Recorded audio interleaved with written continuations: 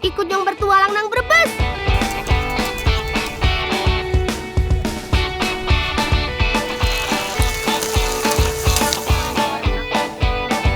Tunggu apa lagi? Yuk, bertualang ke Brebes. Bersenanglah kau bola, bocah-bocah petualang.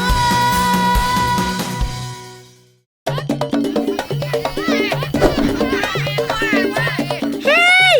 Hei! Waduh, itu bebek Wak Komeng mau digiring kemana? Wak Komeng sayang sekali dengan bebek-bebeknya. Bagi siapa saja yang berani mengganggu bebek-bebeknya ini, wah, langsung saja berhadapan dengan Wak Komeng. Ya! Kowe iki sapa kowe iki? Kowe sopo? Bebeke yang diaku. Aja ngaku-ngaku ki bebeke Wak Komeng. Wis bener bae. Bebeke nyong ning ndi? Iya. Goleti. Bebeke nyong.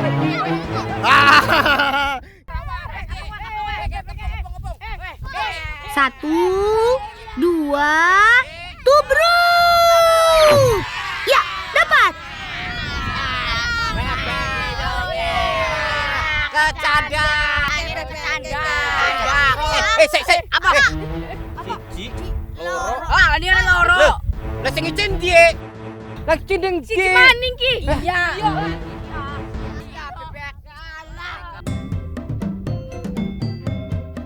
Lagi pada apa kie? Ki lagi ngedek-ngedek bebek ucul. Oh, ya wis. Melu yuk bayu marung me bulik, ndok-ndok asin ada digawa. Kae digawe ndok asin.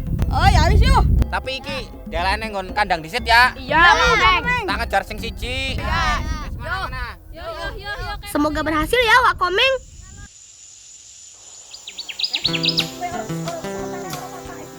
Teman di rumah pernah makan telur asin kan? Begini nih cara membuatnya. Supaya kualitasnya baik, telur harus dipilih terlebih dahulu. Kenakan, ini Bu Yani.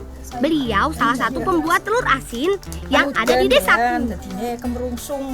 Kata Bu Yani, resep telur asin berasal dari negeri tirai bambu loh, alias Tiongkok. Jauhnya. Sementara kami memilih dan membersihkan telur, Siar dan Afdal bertugas menghaluskan batu bata merah. Telur asin yang dibuat menggunakan serbuk batu bata merah tidak mengandung bakteri yang berbahaya. Batu bata merah juga bisa menghilangkan bau amis pada telur. Nah, setelah serbuk halus, kemudian tuang ke dalam baskom berisi air. Lalu tambahkan garam dan aduk sampai rata. Balurkan pada telur satu persatu. Setelah telur terbalut, barulah susun di dalam kotak kayu secara teratur ya. Nah, kata Bu Yani, mengawetkan telur dengan cara diasinkan ini sudah dilakukan nenek moyang Tiongkok sejak zaman dulu. Hal tersebut diperkuat dengan adanya bukti ditemukannya resep telur asin kuno pada teks pertanian Cina kuno. Teks itu diperkirakan dibuat pada abad ke-5 Masehi. Isi teksnya menyebutkan proses perendaman telur dengan garam selama 1 bulan penuh untuk membuat telur awet. Bisane ditaburi kuwi kenapa sih, Lip? Ben kenthel kene apa kandel dadine asinane rata kaya kuwi. Simpan telur-telur di rak penyimpanan. Proses penyimpanan ini memakan waktu selama 14 hari. Wah, lama juga ya ternyata. Nah, baik-baik kalian ya telur di sini. Sekarang kita ambil yang sudah berumur 14 hari. Alias sudah jadi telur asin. Jangan lupa dibersihkan dulu ya. Kupas kembali balutan serbuk batu bata merahnya, cuci sampai bersih. Kondisi kan, Yan, kuwi ning pipin aku nana nyamuke. Hilang, sudah hilang. Iya ning kono. Aku dorong lah.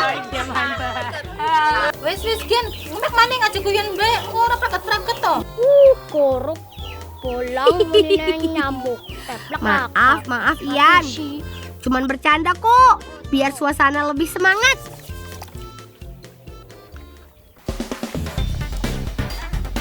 Setelah bersih, baru telur siap direbus.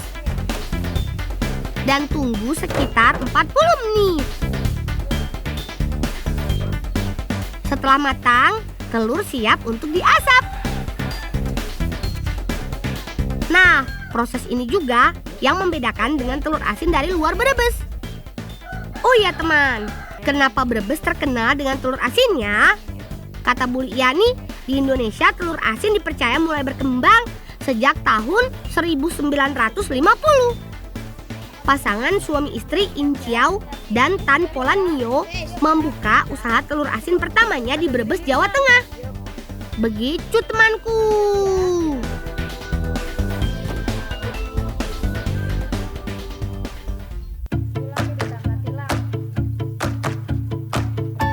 Sip, selesai juga akhirnya.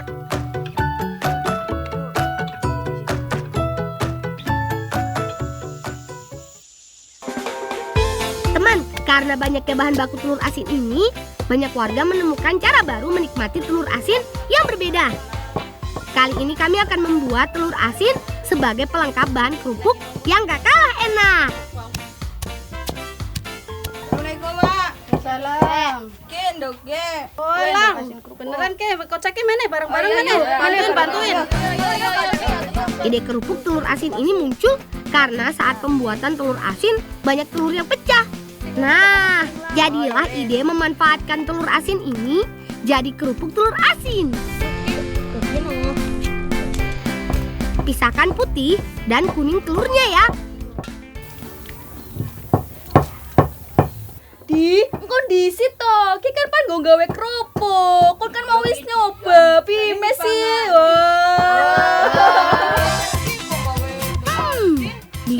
Dian, kamu ini ada-ada saja. Setelah terpisah putih dan kuningnya, haluskan sampai benar-benar lembut ya. Bener ya ngerebutnya ya. Ini gambarnya. Siapkan adonan yang terbuat dari tepung tapioka dan tepung terigu. Kemudian campurkan dengan tumbukan putih dan kuning telur asinnya.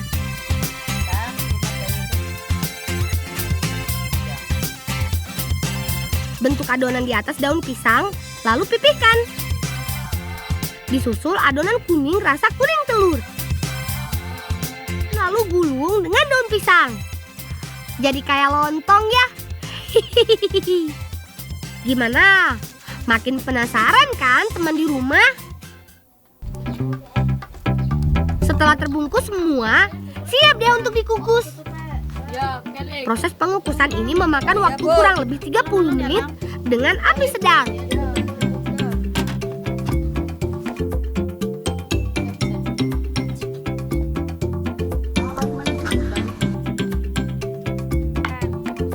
Waktunya menjemur. Jemur selama 2 hari di bawah terik sinar matahari. Pokoknya harus sampai kering-kering. Wakomeng. Ayo lang, pilang. Bebeknya kurang kecadak. Lah kesi mau mono. Wis ya. Ya wis, hati-hati, Pak Komeng.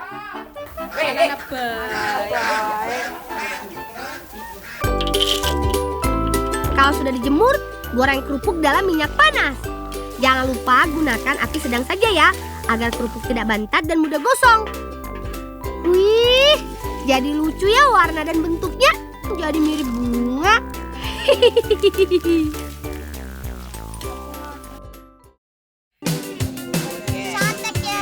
Waktunya makan. Sebelum menyantapnya, jangan lupa berdoa dulu ya teman.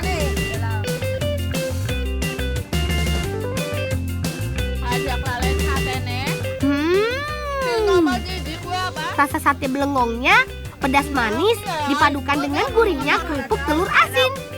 1 butir telur bebek mengandung vitamin A yang cukup, sehingga baik buat kesehatan mata kita. Cocok sekali buat bocah petualang seperti kami.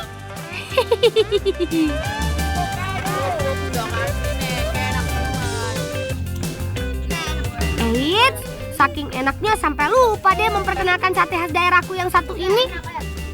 Namanya sate belengong. Sate yang memiliki ukuran lebih panjang dari sate pada umumnya ini menggunakan daging khusus. yaitu belengong, perpaduan antara bebek dan mentok.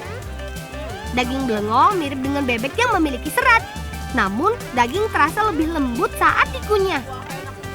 Nah, kalau teman di rumah singgah ke Brebes, jangan lupa cicipi kuliner yang satu ini ya. Dijamin gak mau berhenti mengunyah.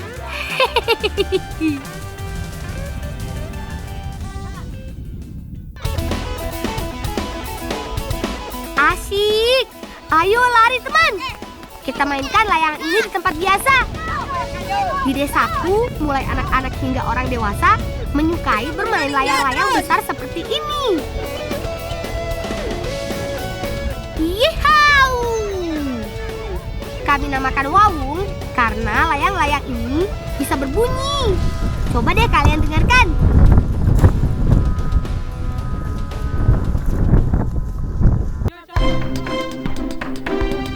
Duh, tunggu.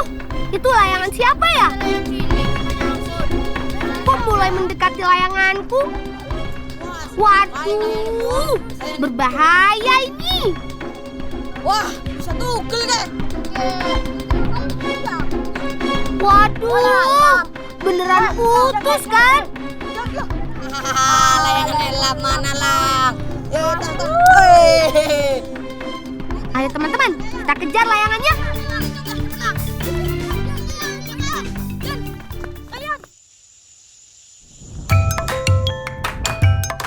Sampai mana layang-layangku tadi ya? Sudahlah, nggak apa-apa. Kami ikhlaskan saja. Nanti aku buat lagi yang lebih besar. Lagi asik kejar layangan, Kak Virgi meminta kami untuk membantunya panen bawang. Tenang Kak, bolang datang, masalah hengkang.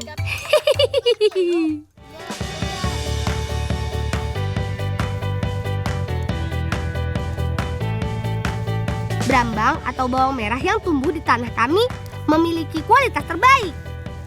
Warnanya yang merah menyala dan rasanya yang lebih pedas membuat nama bawang merah Brebes tersohor sampai penjuru Nusantara.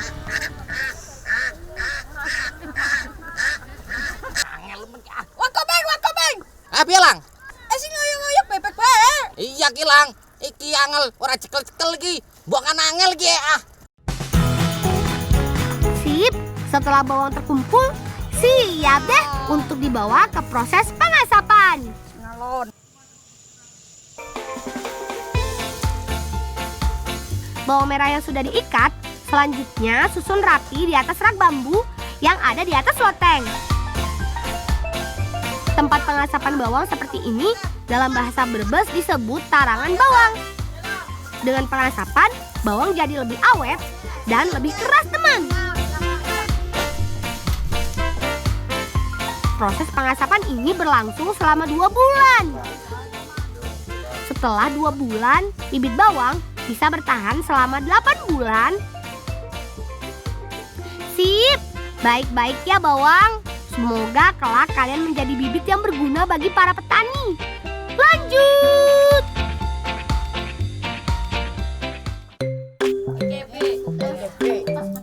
Ini dia dapur tempat pembuatan bawang goreng Brebes milik bulikku. Cara membuatnya sederhana. Kupas bawang merah dari sisa-sisa tanah, kemudian cuci sampai bersih. Setelah itu, iris tipis-tipis. Kelebihan bawang merah Brebes punya kadar air yang sedikit. Rasanya pun manis dengan aroma yang lebih menonjol. Lama-kelamaan membuat mata jadi pedih dan keluar air mata deh. Sebenarnya air mata keluar karena tubuh kita langsung bereaksi untuk melindungi mata dari senyawa zat yang keluar dari bawang. Jadi air mata itu sebenarnya melindungi mata kita loh.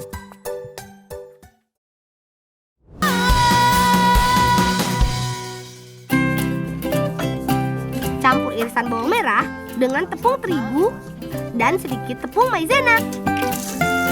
Nah, untuk membuat bawang goreng yang renyahnya tahan lama, kata Buli harus menggunakan minyak kelapa.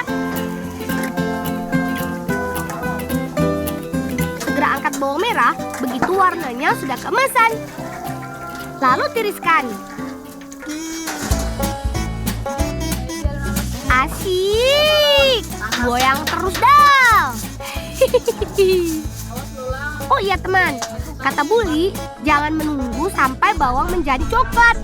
Karena proses pematangan bawang goreng masih terus berlangsung setelah diangkat dari minyak. Lihat, yang tadinya keemasan sekarang sudah menjadi kecoklatan kan? Setelah dingin, bawang bisa langsung dikemas dan dipasarkan.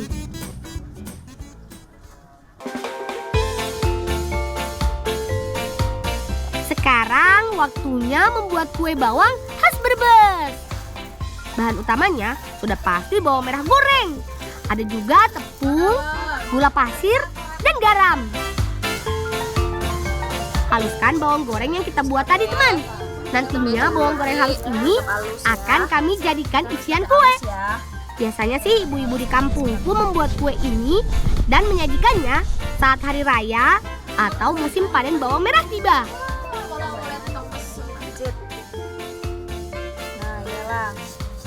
Campurkan garam secukupnya dan abon sapi sebagai pelengkapnya. Kemudian haluskan lagi.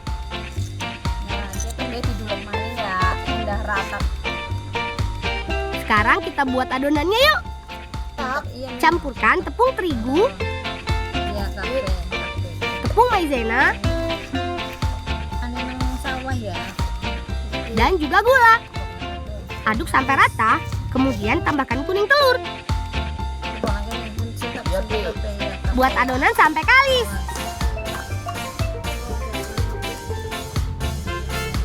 Bentuk bulatan kecil-kecil dengan lubang di tengahnya. Jadi mirip mangkuk kecil ya. Lubang-lubang pada adonan tersebut selanjutnya diisi dengan bawang goreng abon yang sudah dihaluskan tadi.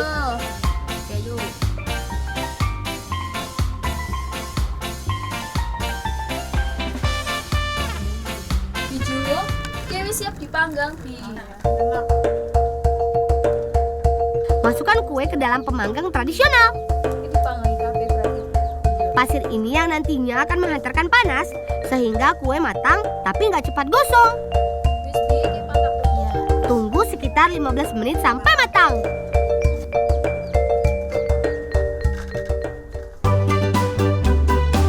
Tada!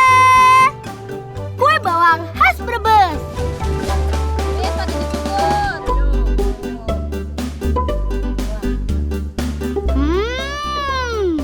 Enak sekali teman. Gigitan pertama menunjukkan tekstur kue yang lembut. Kemudian muncul rasa bawang yang lumayan tajam. Tahukah kalian, kandungan serat yang terdapat di dalam bawang merah goreng sangat bermanfaat untuk meningkatkan proses pembuangan racun dan makanan keras yang menumpuk dalam usus. Selain itu, bawang merah juga mengandung selenium yang dipercaya mampu meningkatkan sistem kekebalan tubuh. Jika sistem imun kita baik, maka penyakit atau virus tidak akan mudah datang. Begitu teman.